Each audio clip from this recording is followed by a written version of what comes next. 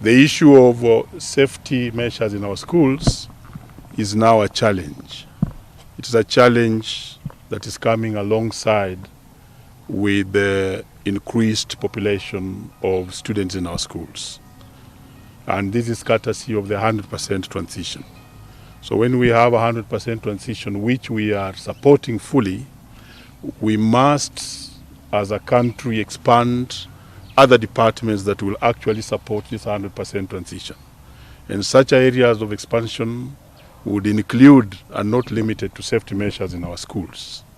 Maybe a discussion must be generated on whether we shall be having a prefect in all our classes in charge of security measures. And that is why, as a union, we are asking the Cabinet Secretary to call for a national conversation where we can give him views.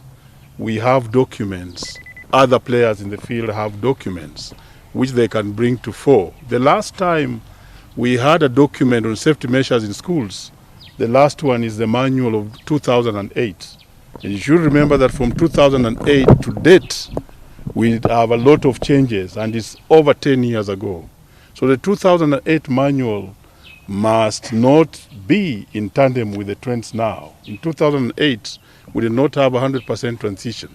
So we are calling on the minister within 14 days, please, as we shall be writing to him, to call for that conversation so that we proactively work together with the ministry and other stakeholders in education to make sure that our schools are safe and that we avoid knee-jerk tendencies to just go to places where disasters happened. We were with the minister at Precious Blood, and then a drama was done of moving around and closing a few schools, and it was subsiding. Now we are in Kakamega Primary. I want to believe, as leaders, me included and the union included, we don't expect another drama after which we go down and come back again. And that's why a national conversation, a review of the 2008 manual of safety on safety measures in our schools must now be undertaken so that we are able to make sure that our children are safe. As a union, we stand with this school principal. We stand with the community. And like our treasurer had indicated to you, we are pledging from our members, because all our funding comes from members, a donation of 500,000 Kenya shillings, so that it will come all the way to support the families that are bereaved and to help in the arrangement of the funerals of the kids that we lost. And this is just with the humility that we say, like in our culture, we are coming to support those families and the school. So we are pledging up 0.5 million Kenya shillings to support the funerals and funeral arrangements of the children who are. Education Committee in Parliament. And as a committee, I'm sure by the time we resume, we will embark on this. It has to be a national conversation, both in Parliament and outside Parliament. We have to look at the safety measures of our children in school. It is not happening here in Kakamega for the first time. It is not happening in the country for the first time. We have lost children in calamities of such nature. So, as stakeholders, as leaders, we have to sit down and look at ways of how we are going to train our children, our teachers, and set safety measures in place. We have to have something called disaster preparedness. Let us not wait until it has occurred. It is too late for us to come here and complain. But if we get prepared, prepare our schools, I can see St. John's around, I can see all the ambulances around. These are the rightly pressed people who can come around, train our children, train our parents, and everybody else in charge of any institution. I'm sure moving forward, that is the direction we are all willing to take. It is important that all institutions, learning institutions, take responsibility by ensuring that we have proper standard of safety guidelines, standard operating procedures, emergency and disaster plans. Why? People require to be guided how to come from home safely, because safety starts from home itself. Then you transport to the school. When a parent takes kids to the school, they are received by the teachers. Teachers have a responsibility to ensure that the people's students are safely at the school. The standard guidelines which were developed by Professor Ngeri, they're still important because there's nothing, we like making many documents. But that document, if you read it, it has got a lot of information that if it's followed, it will take care of responsibility of the safety of the pupils and students. Waziri wetu Magoa ya kwamba suala hili la usalama shuleni inatakana tuweke mkazo. Kwa sababu tunaambiwa kitabu ambacho inatumika ilifanywa miaka 10 iliyopita. Tunauliza baada ya wiki 2 tunataka aite kongamano ambao washikadau wote waweze kuja kuzungumzia suala la usalama shuleni mwetu. Kwa sababu tunaangalia inachangiwa kwa sababu ya hiki tunaitwa 100% transition. So tungeomba waziri, hatutaki tutupe lawama kwa mtu yeyote, lakini tunataka suala hili liangaliwe kwa sababu tutapoteza watoto wetu mara ngapi? Tutapoteza hao watoto wadogo ambao watakuwa viongozi wa kesho mara ngapi? Hatutaki tutoe lawama, lakini tunataka pia uchunguzi ufanywe kwa njia ipasavyo ili tuweze kuzungumzia swala hili. So sisi tunaomboleza, na sisi kama KUPPET kwa sababu ya members wetu wa Kenya pia tutasimama na wazazi, tutasimama na walimu, tutasimama na wanafunzi, na tumetoa hundi la shilingi $200,000 ambayo itasaidia kugharamia mazishi, kugharamia mambo yote ili swala hili liweze kutataliwa. Serikali imesema kwamba tukue na 100% transition kwa shule. Na ukiwa na 100% transition inamaanisha idadi ya watoto inaenda juu, na kwa darasa tunaweza kuwa na double ama triple entry. Sasa hiyo inaonekana madarasa zetu bado zinachukua idadi ya watoto wa chini ama watoto ambao namba yao ni ya chini. Tunaomba tu kama serikali inaweza ya kaunti pamoja na serikali kuu, kwa sababu ndio inasimamia maneno ya masomo, iangalie vile inaweza kufanya 100% transition na infrastructure pia improve. Kuongeza kwa hayo, ukiangalia hii shule ambayo watoto wetu tuliwapoteza hapa, kuna exit ambayo ilikuweko wakati tulikuwa na idadi ndogo ya watoto. Hiyo exit bado ndio inahudumia hao watoto namba ya juu. Tunaomba ya kwamba kama itawezekana waangalie, wajue wakati namba ama idadi ya watoto imeongezeka, exit na entry ya hao watoto bila environment ya watoto kuishi ndani, kutembea na kukaa, wajue kwamba idadi inatakana ilingane na maneno na maeneo ambayo watoto wanatakikana ikuwe ni hali conducive environment. Kama viongozi hatuwezi fika hapa tuanze kuongea maneno ati kitu fulani ingefanyika, sijui fulani ingefanywa ama nini. Hapana. As leaders we have failed. Kwa sababu siku ngapi tumeenda hiyo shule tukasema hii rekebishwe? Wewe unasimama hapa kama kiongozi, ni mara ngapi tunatembelea hizi mashule zetu kujua zinafanya vizuri ama zimekaa namna gani? Mimi nimefika hapa kwa shule na nikajilaumu kwa sababu vile niliona hiyo shule ni mrefu kutoka kona ile mpaka kona ile, lakini stairs siko mwisho huko na mwisho huku. Hapa katikati kungetisainiwa stairs zingine. Ukiteremka kwa stairs zimefungwa, hakuna ventilation, hakuna vile hewa inaingia. Ningefika huko mapema wakati wanajenga, ningewaambia. Ndio kwa sababu nilijilaumu.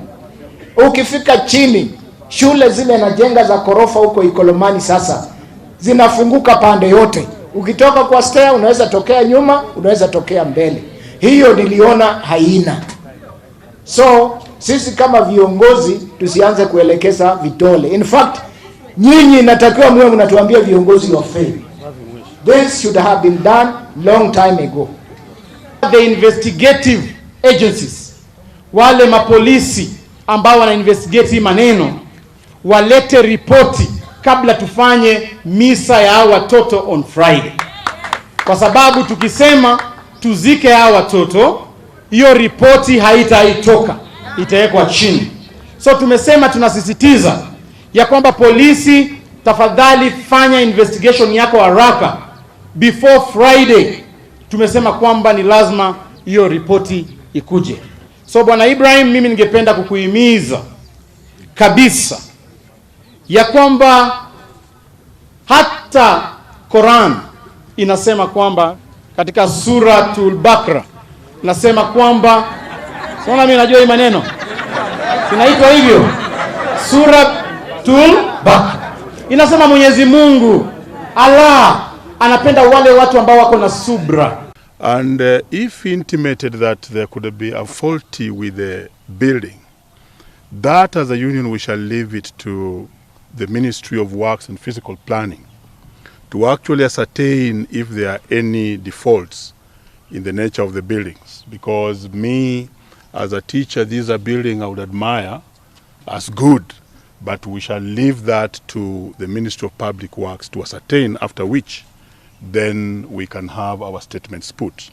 On question number 2, that should it was a mistake of a teacher, again here, that's why we have gone into an inquiry. And that inquiry will bring out the totality of the entire situation, as it were, both infrastructure, and one challenge that we have in our schools is infrastructure, that they are limited, as you can see, with a 100% transition. And if the report will be expanded to all other areas, we shall deal with it then. As for now, we cannot engage ourselves in trying to create any blame game for now.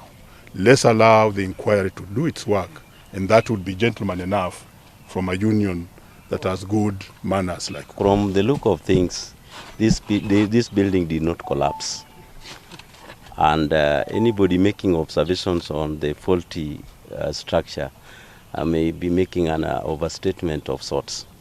But we don't want to go into giving our own opinion related to the faultiness of this building, because it is not necessary. If this building apparently as it is constructed, that is what I started with, that this appears to be one of the best constructed schools in this region and even in Kenya. And you cannot fault it from the perspective that it was faulty in any way, because there are no cracks and the slabs did not sink for this matter. So the performance of the school is also good. So in our view, let us not preempt what the investigations are going to come up with. We shall be making our recommendations based on what has come out from the investigation. What we must emphasize as an aspect of sorts, and which must not be postponed, is the element of discussions based on the safety of our schools. Yeah. Even if the structure was as good as this, even if they are as bad as that, the enforceability of the 2008 task force report on school safety must be addressed. Have they been addressed? Certain things which you must also ponder as the media itself. Are you asking questions about the capacity of our institutions to carry out induction periodically on new children, new students or new pupils coming to school to undertake learning in a flat like this? Because this thing happened from second floor up to first floor. That is not very high. And we have seen that there was no students or no pupil jumped from that place coming down, but they followed the exits which are permitted by law and according to architectural designs, that they are supposed to look at these exits.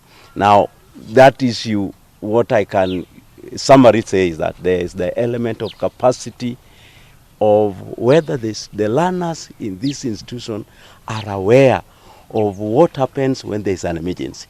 So that is what must be part of our conversation with the Cabinet Secretary. That's why we are insisting within 14 days he should be able to convene such a meeting, so that we are brought to the same level, so that we don't ask many questions when something occurs. Kakamega Primary School is one of the most established schools, as you can see. But one which we cannot postpone its debate currently is the idea of safety in schools and the capacity of our institutions to address issues of safety. Because as you come here, The classrooms are well constructed. There is no fault in the design. But for how long will we continue to grieve over accidents occurring in schools of this nature and of this magnitude? So as we express our profound condolence to the families, and as we join other Kenyans to mourn with the parents, relatives, the teachers of this school, and even the Ministry of Education, one thing that KUPPET would wish to pass as a very strong message to this country and to the Cabinet Secretary, Ministry of Education, is that there must be a national conversation on safety and security of our institutions. We cannot afford to postpone this debate any longer. And our coming here, we are going to dispatch a letter tomorrow to the Cabinet Secretary, and we shall give him very limited time to constitute a national stakeholders conference on the issue of safety, because this is a perfectly constructed school. It is quite different from what occurred at Precious Talent Academy in Nairobi, which was in a slum area. This school has got sufficient space, and it appears there is very good order in this institution. But why had this to occur? Why had this to occur? As those who are entrusted with investigations are going to give their report, with us we are not giving a reactionary or a revolutionary condition, but something which must be put in place is to have the capacity of our institutions to cope up with incidences of this nature. We are in the process of launching our report after the Princess Academy incident. And one of the things which has emerged, which I think could be here, is that have we inducted our class representative, are our students or pupils abreast with safety regulations on impact like it occurred. So these are very unfortunate, and KUPPET is saddened. We are here, and Chairman, this is a very unfortunate thing, but it has happened. We must soldier on, but only when we develop proactive safety measures to guarantee safety and security of learners and teachers in learning institutions. Hiyo ndoto yake ya udaktari imeishia hapo Kakamega Primary School. Mimi sitaki kusema maneno mengi, ni hayo. Mimi naachia Mwenyezi Mungu. Naachia Mwenyezi Mungu. Lakini ni uchungu na ni huzuni. Watoto wetu kama wanaweza enda hospitali alafu tuende tuchukue maiti, ni uchungu. Na ningeliomba hiyo shule ya Kakamega Primary, tafadhali, kama watoto wamejaa, msiweke watoto wengine. Unapata stream moja inabeba watoto karibu 70 kwa klasi moja. Kitu yote kitokea emergency, watakimbilia wapi? Mkuwe na mpangilio ili siku nyingine kitu kama hii isifanyike tena kwa maisha. Nasema pole kwa wale wazazi wenye wamepoteza watoto wao, na wale wazazi wengine wenye bado wako na watoto wao, wengine wako ICU, naombea Mwenyezi Mungu awaponye. Wale wenye bado wako na matanga pia naombea.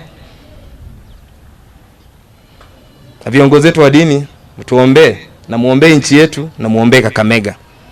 Kwa vile sisi Waislamu tunazika watoto wetu ama watu wetu baada ya dhuhuri, baada ya sala za saa 7. Lakini tunakuja hapa tunaongea mambo mengi sana ambayo kweli hamhusu Ibrahim. Kuna mambo mengi tumeongea hapa ambayo hayawahusu wale watoto wetu ambao tumepoteza, wale wazazi ambao wako hapa wamepoteza watoto. Sijui wangapi walikuja hapa kusikia siasa ama kuongea siasa. Tulikuja hapa leo kuomboleza. Kweli ama sio kweli? Kweli. Kwa hivyo siku ya siasa mkitaka muite watu, mtualike, tuongee siasa. Lakini siku za matanga ni siku za matanga. Mtoto alikuwa anatakiwa awe amezikwa sasa hivi. Bado yuko msikitini. Kwa vile kila mtu amekuwa opportunist na selfish. Na badala ya kuongea habari ya Ibrahim na familia yake na mama ambaye yuko nyumbani kwa sababu hata hawakuwa na nguvu ya kuja hapa. Tumeongea siasa zote za nchi hii. Mwenye akitaka kuongea siasa, fanya town hall meeting tuite. Hakuna mtu anaogopa kuongea siasa. Sisi wote tutaongea. Kwa sababu sisi wote ni wakazi wa hapa, sisi wote tumezaliwa hapa, sisi wote tuna haki ya kuwa hapa kuombeleza watu wetu, kuwasaidia watoto wetu. Kwa hivyo nafikiri wale wanasiasa wetu, unajua mimi sio mwanasiasa. Mimi sio mwanasiasa. Ama technocrat. Kwa hivyo tukikubaliana siku hii tunakuja kufanya mambo haya, lazima tufanye vile tumeagiza tutafanya. Nilikuwa nangojea hawa watu wote wasimame, ma MCA, ma MPs, kila mtu asimame, aseme leo tumekuja kuomboleza Ibrahim, tumeleta haya kumsaidia. Na sio kuongea mambo yenye tunaweza kuongea kila siku baada ya hii. Hii sio nafasi ya kuongea mambo ya siasa. Hii ni nafasi ya kuambia mama zetu ambao watoto watoto, hawa watoto wetu, ya kwamba tuna uchungu, tunasikia vile wanasikia, na tutafanya vile viwezekanavyo ili kuangalia hiyo shule turekebishe yenye natakiwa kurekebishwa.